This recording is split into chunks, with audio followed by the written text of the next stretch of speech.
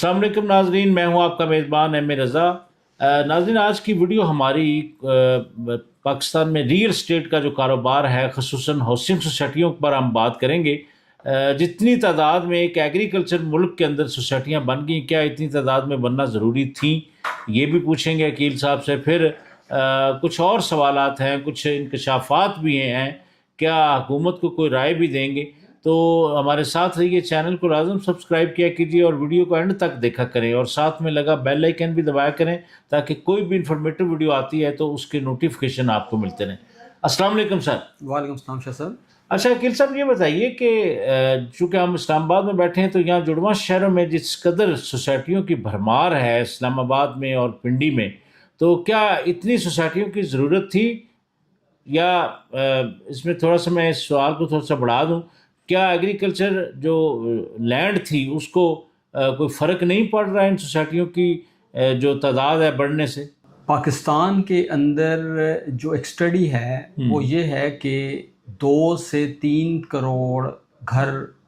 جو ہیں وہ آج بھی بننے کے لیے ان کی گنجائش موجود ہے، وہ ڈیمانڈ موجود ہے مارکیٹ میں۔ ٹھیک ہے۔ اس لحاظ سے دیکھا جائے تو یہ جو شہروں کا پھیلاؤ ہے یہ جسٹیفائی ہو سکتا ہے، لیکن کیونکہ یہ سارا معاملہ کسی ریگولیشن کے تحت نہیں ہوا، گورنمنٹ آف پاکستان نے نہیں کیا، سی ڈی اے نے نہیں کیا، آر ڈی اے نے نہیں کیا، اور نہ ہی جتنے بھی لاہور اور پشاور کو بھی آپ بیچ میں اتھارٹیز جتنی بھی اتھارٹیز ہیں، انہوں نے کوئی پلان کے ساتھ نہیں کیا کہ جو 2 سے 3 کروڑ جو جن لوگوں کو گھروں کی ضرورت ہے وہ ان کی یہ ضروریات پوری ہو سکے۔ یہ ساری انفیکٹ لوٹ مار تھی۔ آپ یہ دیکھیں کہ اگر اسلام آباد میں جی آج تازہ ہی ایک لسٹ آئی ہے کہ 99 ہاؤسنگ اسکیموں کو اللیگل انہوں نے ڈکلیئر کیا ہے سی ڈی اے میں۔ اب مجھے یہ بتائیں کہ اسلام آباد کی حدود کتنی ہے، اور اس میں اسلام آباد اٹ سیلف اگر موجود ہے تو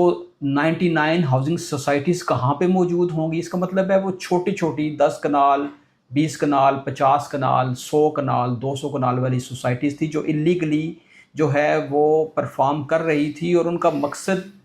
یہی تھا کہ وہ فائلیں بنا کے بھیجیں لوگوں کو، وہ 100-200 کنال جگہ دکھائیں، اور وہاں پہ اگر وہاں پہ پلاٹ بنتے ہیں 100 تو وہ فائلیں بیچیں 10,000، اور اس طرح وہ کروڑ پتی اور ارب پتی ہو جائیں۔ یہ تو جو ہے وہ ایک سرٹیفائیڈ طریقہ کار اب بن چکا ہے لوٹ مار کا۔ شاہ صاحب، تو اس میں جو آپ کا سوال تھا کہ کیا گنجائش موجود ہے، گنجائش یقیناً موجود ہے آج بھی۔ آپ دیکھیں کہ اسلام آباد کے آپ اس جی ٹی روڈ سے نکل جائیں تو آپ کو اسلام آباد کے نام پہ روات اور آگے سواوا تک،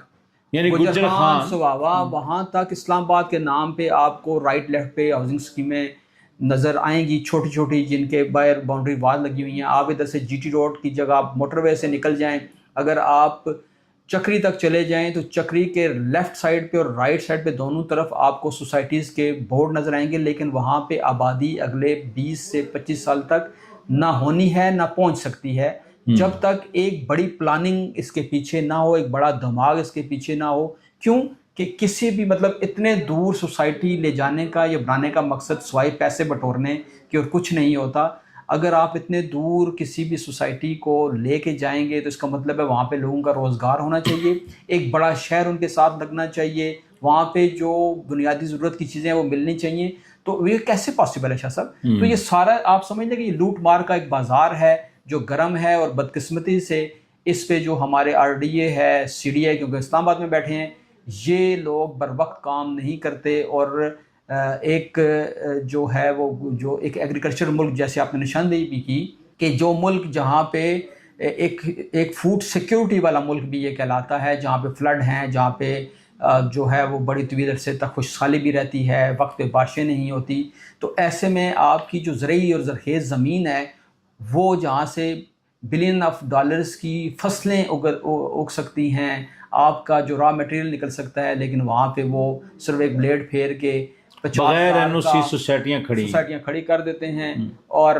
لوٹ مار کر کے ایک سائڈ پہ ہو جاتے ہیں۔ اچھا عقیل صاحب، جس طرح آپ نے یہ جی ٹی روڈ کی بات کی، تو اسی طرح پھر اگر ادھر اٹک کی طرف ہم جاتے ہیں تو یہاں پر کہاں تک ہے؟ پھر فتح جنگ روڈ ہے، مطلب یہ کہاں تک یہ سوسائٹیاں پھیل چکی ہیں؟ شاہ صاحب، بات یہ ہے کہ اگر تو ان کا مقصد لوگوں کو بسانا ہو نا، تو پھر تو یہ ایک بڑا نیکی کا کام ہے. اس سے اچھا کام مطلب چھت کسی کو دے رہے ہیں, گھر دے رہے سستے ہیں, داموں دے رہے ہیں, لوگوں کو سڑکیں کھلی بنا کے دے رہے ہیں, ان کو ایمنٹیز دے رہے ہیں, پارک دے رہے ہیں, ان کو بجلی پانی دنیا کی ہر ضرورت دے رہے ہیں, سکول دے رہے ہیں. لیکن وہ وہاں پہ اس نیت سے جائیں تو تب. اب مجھے ایک بات بتائیں کہ جہاں پہ 25,000 کنال کی جگہ پہ آپ نے 5 لاکھ کا 5 مرلے کا پلاٹ بیچنا ہے یا 25 لاکھ کا 5 مرلے کا پلاٹ بیچنا ہے, تو ایک تو آپ نے یہ لوٹ مار کر لی, اوپر وہاں پہ اگلے 10 سال تک میں رہوں نہ رہوں, آپ رہیں نہ رہیں, جس نے خریدا ہے 2 نسلیں, آپ خود ہی کہتے ہیں کہ لوگوں کی 3 نسلیں جو ہیں وہ افیکٹی ہیں, اور وہ اس انتظار میں ہیں کہ وہ ان کو وہ پلاٹ ملے, وہ اپنا گھر بنا سکیں. لیکن ایسا ہوتا ہمیں نظر نہیں آتا, سوائے چند ایک سوسائٹیز جو سکسیس سٹوری, جن کی سکسیس سٹوریز بھی ہیں, جنہوں نے لوگوں کو گھر بھی بنا کے دیا, جنہوں نے ڈیلیور بھی کیا ہے. ٹھیک. اچھا سر, اسی ویڈیو کے توسط سے, چونکہ ان کا جو مثال کے طور پر ان کے پاس NOC تو کوئی نہیں ہوتا, ٹھیک ہے, سوسائٹی بن گئی, اور پھر یہ جو بل بورڈز یا یہ جو ایڈورٹیزمنٹ کر لیتے ہیں اوورسیز کمیونٹی کو اٹریکٹ کرنے کے لیے, تو اس کے لیے کوئی لائے عمل اداروں کو نہیں بنانا چاہیے کہ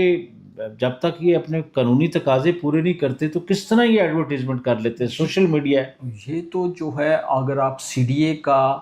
ہاؤسنگ اسکیموں کے حوالے سے جو آرڈیننس پڑھیں یا RDA کے قوانین کو پڑھیں,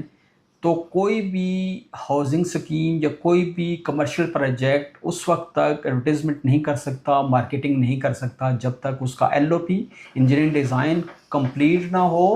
اور وہ اس کا NOC موجود نہ ہو. تو اس لحاظ سے تو آپ دیکھیں, آپ بلوریا میں چلے جائیں تو آپ کو ایسی سوسائٹیز کے نام باہر بورڈ لگے ہوئے نظر آئیں گے کہ الامان الحفیظ. اور اس پہ میں یہ سمجھتا ہوں کہ وفاقی ترقیاتی ادارہ چیف کمشنر کو, اور خاص کر جو محسن نقوی صاحب وزیر داخلہ ہیں, ان کو اور پنجاب کی گورنمنٹ کو اس پہ جو ہے وہ ایکشن لینا چاہیے کہ جب آپ کسی کی مارکیٹنگ کسی جگہ پہ بل بورڈ دیکھتے ہیں تو ویسے ہی آپ کے دل میں ارمان پیدا ہوتا ہے. اب تو لوگ کہتے ہیں کہ 15,000 روپے ماہانہ آپ جو ہیں وہ قسط دے دیں تو آپ کو جو ہے وہ پلاٹ مل جائے گا. اب میرے جیسا بندہ, عمر صاحب جیسا بندہ, اور جو لو انکم والا بندہ ہے, وہ تو بیچارہ ٹریپ ہو جاتا ہے نا, اس کا 15,000 گیا, اور ایسے سینکڑوں لوگوں سے وہ 15,000 روپے ماہانہ لے کے ایک مائکرو فراڈ ہزاروں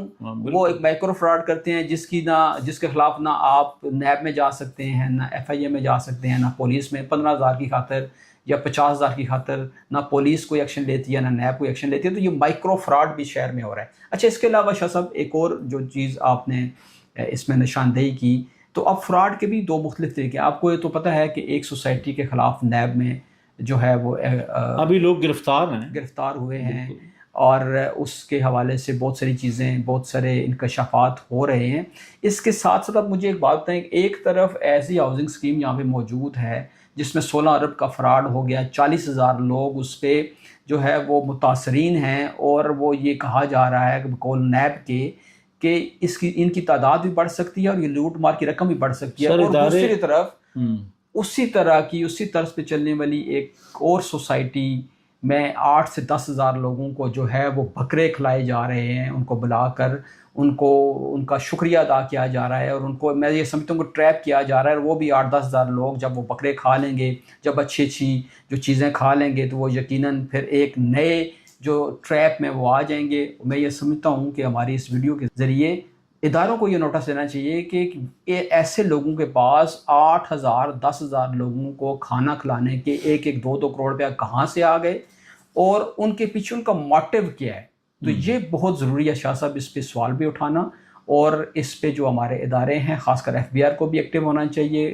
وزیر داخلہ صاحب ایکٹیو ہیں, ان کو تو اس کی طرف فوکس کرنا چاہیے, ایسی سوسائٹیز کی طرف, ایسی ہاؤسنگ اسکیموں کی طرف, کہ یہ بھی ایک مارکیٹنگ کا ڈھنگ ہے. آپ اچھا کھانا کھلا دیں, وہاں پہ جو ہے وہ اچھا پروگرام کر دیں, لوگوں کو ایک خواب دکھا دیں, اور اس کے بعد پھر لوگ پیسے دینا شروع ہوتے ہیں. کیونکہ ہماری جو قوم ہے, ہمارے عوام ہیں, ان کو تسلی کے 2 لفظ چاہیے ہوتے ہیں, اور وہ اگلی پچھلی جو ان کے ساتھ لوٹ مار کی گئی ہوتی ہے اس کو وہ بھول کے پھر ایک نئی آس, پھر ایک نئی امید کے لیے کے ساتھ پھر وہ آگے چل پڑتے ہیں, اور پھر وہ لٹ جاتے ہیں. وکیل صاحب بہت بہت شکریہ. ناظرین, اسی ویڈیو کے توسط سے میں آپ کو بتا دوں کہ ایک سلسلہ ہم نے شروع کیا ہے, اس کو جہاد سمجھ لیں. انشاءاللہ یہ جہاد ہمارا جاری رہے گا، چونکہ جو بیوائیں یا یتیم یا جو لٹ گئے لوگ ہیں اس میں کافی ساری تعداد اوورسیز کمیونٹی کی ہے۔ کوشش کریں گے ہم ان سوسائٹیوں کے اوپر، ہماری ورکنگ جاری ہے، ایک ایک کر کے ہم نشاندہی کرتے جائیں گے ثبوتوں کے ساتھ، اور بتائیں گے کہ کس طرح کس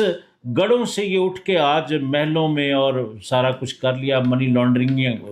منی لانڈرنگ بھی ہو گئی، غیر ملکوں میں جائیدادیں بھی ہو گئیں، پھر ان کے پاسپورٹوں کا ریکارڈ ہے کہ کہاں کہاں یہ لوگ ٹریولنگ کرتے ہیں۔ تو انشاءاللہ میں اور عقیل صاحب آپ سے ملتے رہیں گے،